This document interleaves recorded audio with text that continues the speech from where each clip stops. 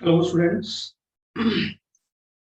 Previous lecture में हमने डिलेम्बर्ट्स ratio test किया था और डिलेम्बर्ट रेशो टेस्ट में हमने देखा था कि पॉजिटिव टर्म्स की जो सीरीज है UN that will converse if UN over UN plus one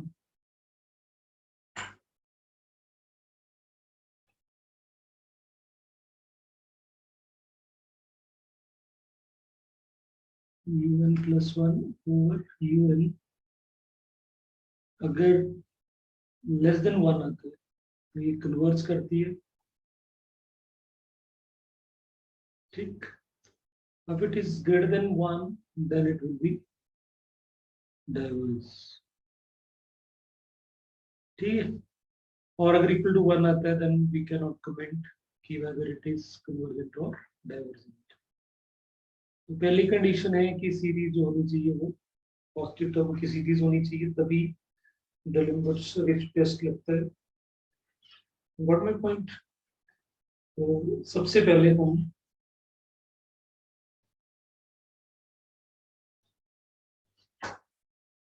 इस जो क्वेश्चन है, question 1 is test the convergence और divergence of the series.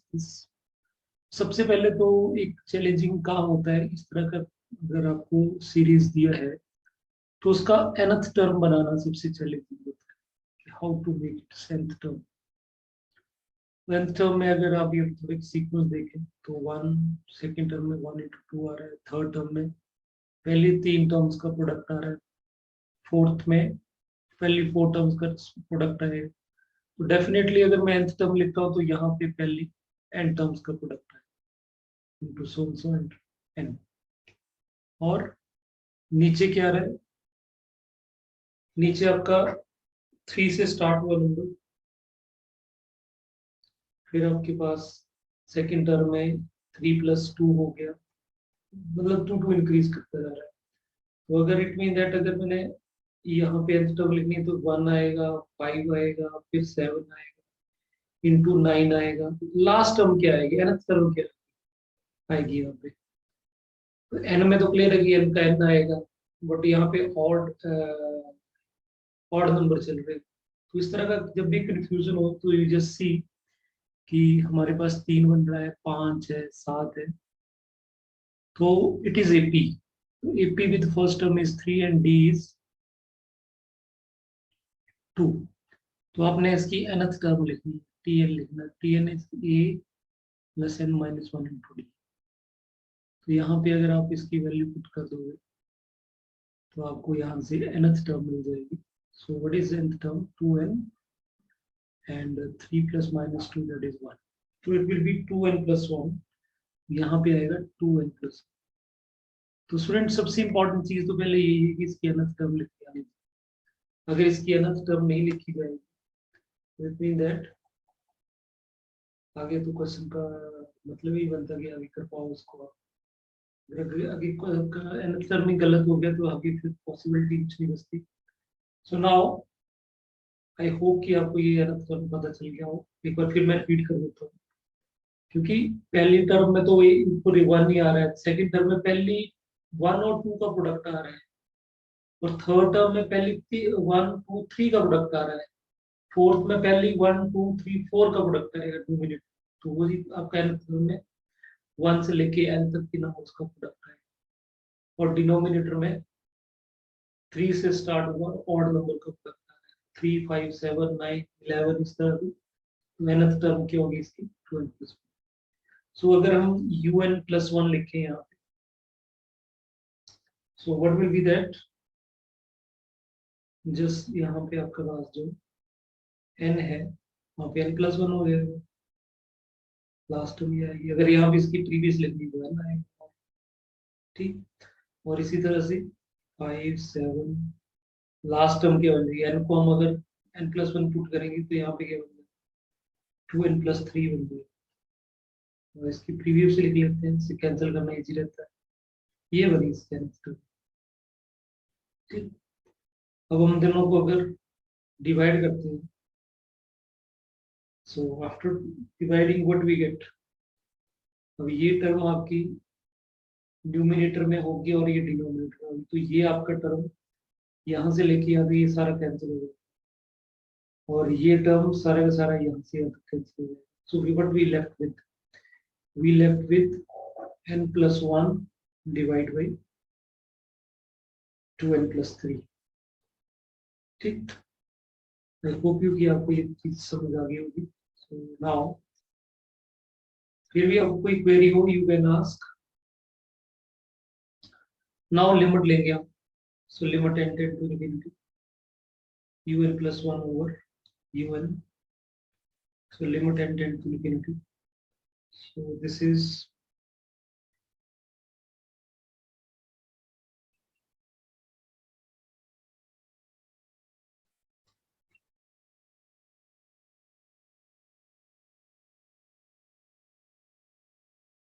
n+1 over 2n+3। तो लिमिट लेने से पहले हमें यहाँ पे, और डायरेक्ट लिमिट लगा रहे तो इन्फिनिटी बाई इन्फिनिटी बनता है, तो पहले n को कैंसिल ही कर लेते हैं। सो n को कैंसिल करने के लिए n को हमने कॉमन ले लिया, 1+1 ओवर n बन जाएगा, और यहाँ पे n कॉमन लेंगे तो 2+3 होगा। So n is cancel out. Now you can apply limits, which is 0. So 1 plus 0 is 1, and this is 0, so 2 plus 0 is 2.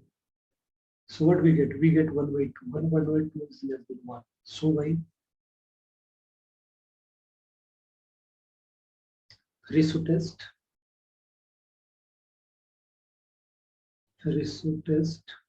yeah, D'Alembert ratio test, given series un is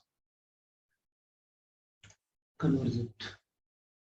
I hope it's very simple question. Okay, next question. Examine the convergence or divergence of this.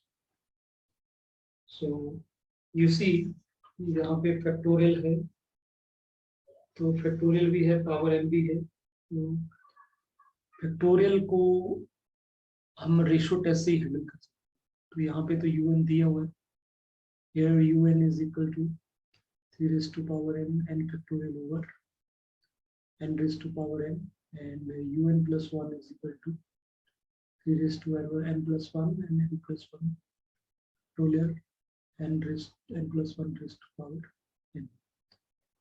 और इसमें जैसे हम ratio लेंगे, so now un plus 1 over un is equal to 3 raised to power n plus 1 factorial और n plus 1, so n और मैं इसको अलग अलग पावर n plus 1 अलग कर दी, और इस टर्म को हमने डिनोमिनेटर में लिखना है, डिनोमिनेटर में रेसिप्रोकेट हो जाएगा, तो n raised to power n और नीचे बन जाएगा 3 raised to power n raised to power n। ठीक, सो आई होप कि ये आपका कैंसिल आउट हो जाएगा, क्योंकि 3 raised to power n plus power 3 है, तो इसको हम लिख सकते हैं 3 into दिस, तो ये सारा का सारा इसके बाद कैंसिल हो जाएगा। ठीक, और ये आपका n फैक्टोरियल है। सो इसको सिंप्लीफाई कर सकते हैं, इसको सिंप्लीफाई करके हम क्या लिख सकते हैं, n फैक्टोरियल लिख सकते हैं इसको। ठीक है, तो इससे n फैक्टोरियल से फैक्टोरियल कैंसिल हो जाएगा, ये वाला फैक्टर इससे कैंसिल हो जाएगा। So finally what we get 3 n raised to power n और n plus 1 whole power n। So now we can take limits, और टीम लिमिट लेने से पहले चलो लिमिट लेते हैं। Limit intend to infinity un plus 1 over un, so 3 तो बाहर ही आ जाएगा, लिमिट इंटेंड टू। सो अगर इनको मैं n रेस नीचे से कॉमन लेता हूँ, अगर n raise to power, so it is 1 plus 1 over n raised to power, right? अगर यहाँ से n कॉमन लेते हैं ब्रैकेट के नीचे, तो इनकी पावर n बाहर आएगी। ठीक, ये टर्म हमारा कैंसिल हो गया। तो जैसे लिमिट अप्लाई करेंगे तो आपको पता है कि एक्सप्रेशन किसके बराबर कर देगा, ई के cos limit n tend to infinity 1 + 1 raise to power n equal to, ये मैंने प्रूव करके लगाया हुआ। ठीक, सो अब सभी को पता है कि ई की वैल्यू जो है वो 2 और 3 के बीच में होती है। ई की वैल्यू जो है वो, ठीक है। तो डेफिनेटली अगर इसको मैं रेसिप्रोकेट कर देता हूँ तो आपके पास क्या, 3 लेस देन 1, अगर रेसिप्रोकेट करते हैं 1/2 greater than 1/3 greater than 1, ratio change हो जाएगी। अब 3 से मल्टीप्लाई कर देते हैं तो 3/2 3/3 equal to 0 रहेगी। And what we get? We get here 1 is greater than 1 is less than this, इसकी वैल्यू कितनी है, 1 और 1.5 के बीच में, 1 और 1.5, तो इस definitely this is greater than 1। अगर ये ग्रेटर देन 1 है so ratio test, ratio test given is divergent, greater than 1 है तो it will divergent, got it? So come to the next question. I hope कि आपको ये इजी लग रहा होगा, इजी क्वेश्चंस, और एग्जाम में आपको ये पता होना चाहिए कौन से टेस्ट अप्लाई करना है, then you get the idea how to solve them. This is one more question, very important question. This type of question is very important. तो फिर इसमें वही चीज है, सबसे बड़े चैलेंजिंग है कि पहले इसकी अनंत तक बनाना चाहिए।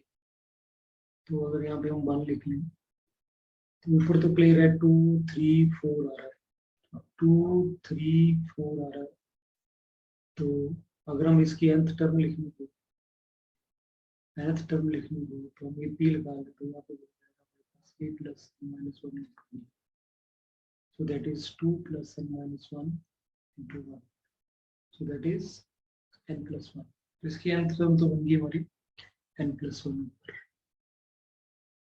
और x की पावर फर्स्ट टर्म में 1 पावर है, 2 है, 3, तो ऑटोमेटिकली x की पावर n आएगी nth टर्म में, और डिनोमिनेटर में 1 है, फिर 1 2 20, तो यहाँ से क्लियर पता लग रहा है कि ये 2 का क्यूब है, ये 3 का क्यूब है। तो पहले टर्म में 1 का क्यूब है, यहाँ पे 2 का क्यूब है, यहाँ पे 3 का क्यूब है, सो इट मीन दैट यहाँ पे n का क्यूब आएगा। Got it? सो ये मिल गया, फिर तो हम 1 + 1 लिख सकते हैं, so that is u plus, यहाँ पे +2 बन जाएगा, और यहाँ पे x raised to power n + 1 over n + 1 raised to power 3। Now we take ratio,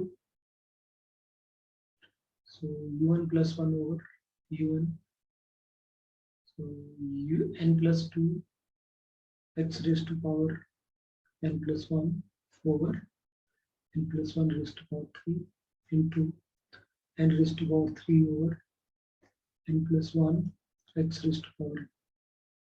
तो यहाँ से हमारे पास इसका ये फैक्टर कैंसिल हो सकता है, एक एक्सपेंस बच जाएगा हमारे पास। नाउ हम लिमिट लेते हैं, सो अब लिमिट लेने से हमारे पास क्या आएगा, u1 + 1 u1। तो हमारे पास एक तो ये टर्म कैंसिल हो जाएगी इसके साथ, so what we left with x है, दूसरा इसका और इसका जो पावर है वो क्यूब सेम है, so we can write like this n cube और यहाँ पे n क्यूब कॉमन ले लेते हैं तो what we can get like this. Okay, और वन मोर, यहाँ पे n+2 है और नीचे n+1 है, तो n अगर कॉमन लेते हैं तो दैट इज 1+2 इज 2/n, और यहाँ पे n इंटू 1+1/n। सो ये इससे कैंसिल हो जाएगा टर्म, और ये टर्म इससे कैंसिल हो जाएगा। तो अगर हम लिमिट यूज करते हैं तो this is 1/n, that is 0। ये 0 बनेगा, 0+1 1, और 1⁻³ is 1, तो ये 1 बना। ये 1+0 1, 1+0 ओवरऑल ये सारे 1 बना। We left with only x. What do you say? Got it? So why ratio test?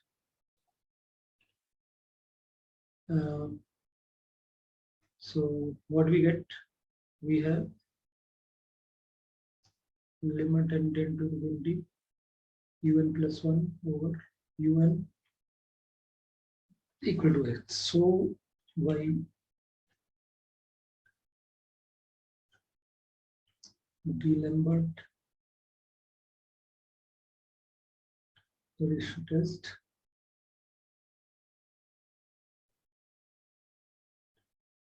Series un is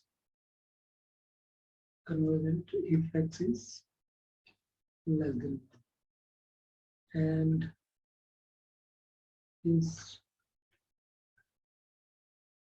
if x is because x is unknown really. So now the third possibility that when x is equal to, so ratio test cannot be applied. ठीक, ये apply नहीं करना पड़ेगा, नहीं कर सकते तो हमें कोई और टेस्ट यूज करना पड़ेगा। So therefore when x is equal to 1, what is u? तो un में हम x की वैल्यू 1 पुट कर देते हैं, un क्या था, दिस इज आर un। ठीक, इसमें x पुट कर देंगे। So what we get? We get n+1 over n की power 3. Okay, so now what we do, हमें कोई और मेथड लगाना पड़ेगा। तो here un is n+1 over n power 3 है हमारे पास। तो आई थिंक आपको याद है, तो इसको यहाँ पे ले लेते हैं, vn ले लेते हैं। क्या लेना चाहिए, दोनों की पावर्स देख लो, इसकी पावर 1 है, इसकी पावर 3, न्यूमरेटर डिनोमिनेटर, तो डेफिनेटली यहाँ पे n स्क्वायर लेना चाहिए। Now un over vn, so n+1 over n cube, तो ये n स्क्वायर हो जाएगा। और जैसे हम लिमिट लेंगे इसके ऊपर un over vn, limit n tend to infinity, so n यहाँ से कॉमन लिया हमने ऊपर, 1+1 over n बनेगा n क्यूब और n स्क्वायर। सो ये आपस में कैंसिल आउट हो जाएंगे। So what we get? We get 1. So this is finite and non-zero. The ratio non-zero or finite है, so by comparison test. So by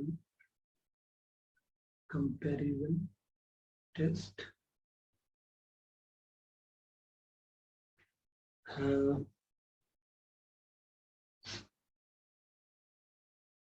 un summation un and summation vn converts or diverge together. Okay, so since summation vn is 1 over n square is divergent by p test, ठीक, because p is greater than 1.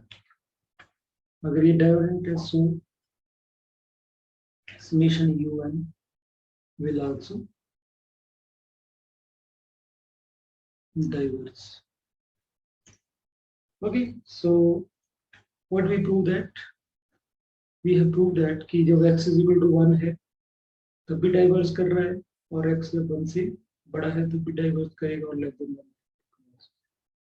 So this is the questions related to Dilembert ratio test. So thanks for listening.